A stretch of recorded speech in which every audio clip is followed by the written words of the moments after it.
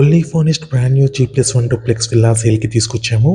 Gated hello guys, millennium properties వాళ్ళు మనకు చూపించిన వీడియో బట్టి ఇది ఒక విల్లా డిజైన్. దీంట్లో నేను సెగ్రిగేట్ చేశాను ఏమేమి ఎలిమెంట్స్ వాళ్ళు పెట్టారని.